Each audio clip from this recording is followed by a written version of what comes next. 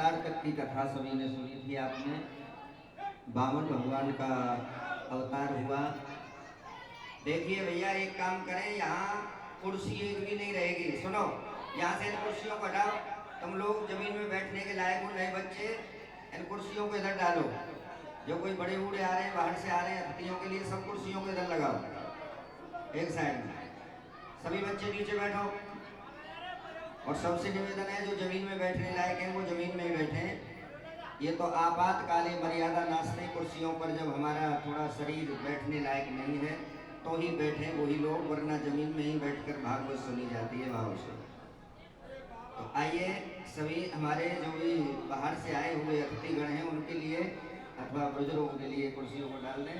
नौजवान बच्चा कोई कुर्सी पे ना बैठे। अभी से कुर्सियों को पकड़ेंगे तो फिर जवानी में, बुढ़ापे में क्या करोगे। बोलो राधे राधे।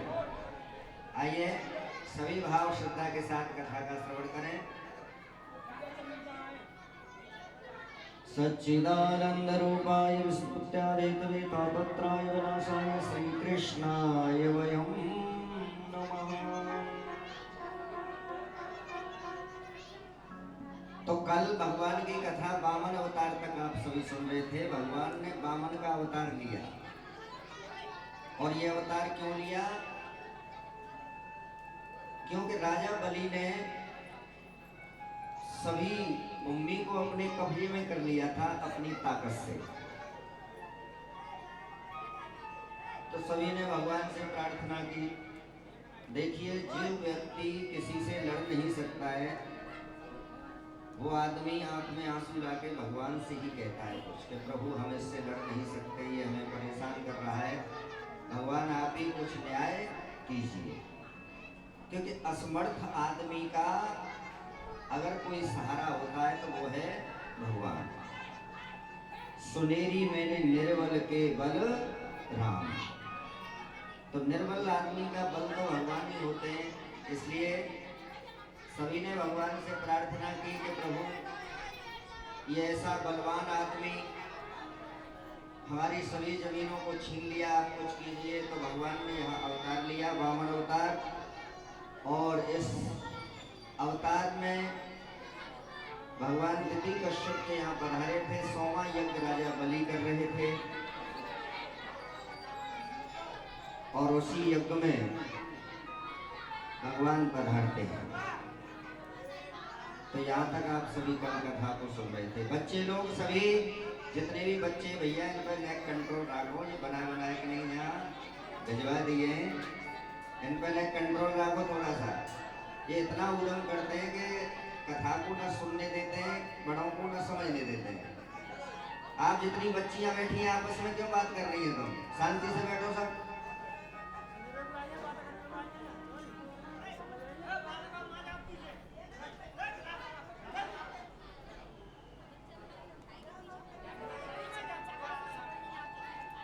सभी बच्चे आराम से खेले आओ, आराम से खेलो, प्रसाद बटे जब आना। क्योंकि तुम लोग समझते कुछ नहीं है, इसलिए खेल लो आराम से। उधर प्रसाद बटे तब आया करो, ठीक है ना? या फिर शांति से बैठो पीछे मंदिर में।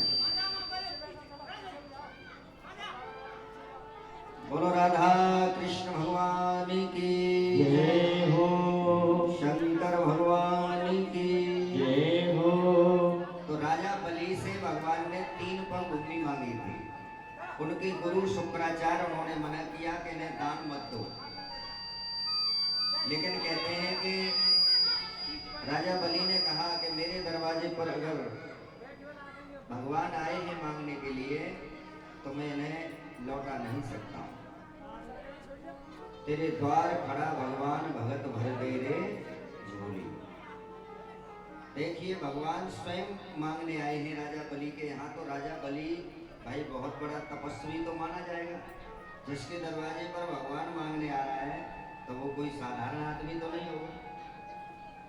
दुनिया भगवान के दरवाजे पर मांगने जाती है, दाता एक राम भिखारी सारी दुनिया।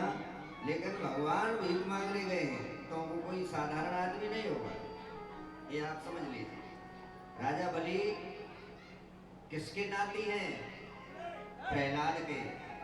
जिस प्रहलाद ने स्वयं नरसिंह भगवान को प्रकट कर लिया था, तो कहते हैं ना कि बाबा की तपस्या नाती में आ जाती है कभी कभी, बेटे में नहीं आ पाते हैं गुण वो, तो कभी कभी बाबा के गुण नाती में आ जाते हैं, दादी के गुण नातनी में आ जाते हैं। इसीलिए कोई कोई माँ कहती है बहन जी तो बड़ी दादी है, ऐसी बात करते दादी की तरह, इसलिए वो नातनी में आ जाते हैं दादी के गुण। तो ये कोई राजा बलि प्रहलाद के नाती हैं, तो उनमें भी तपस्या का बल था और धर्मात्मा भी थे, यज्ञ भी करते थे, 100वां यज्ञ कर रहे हैं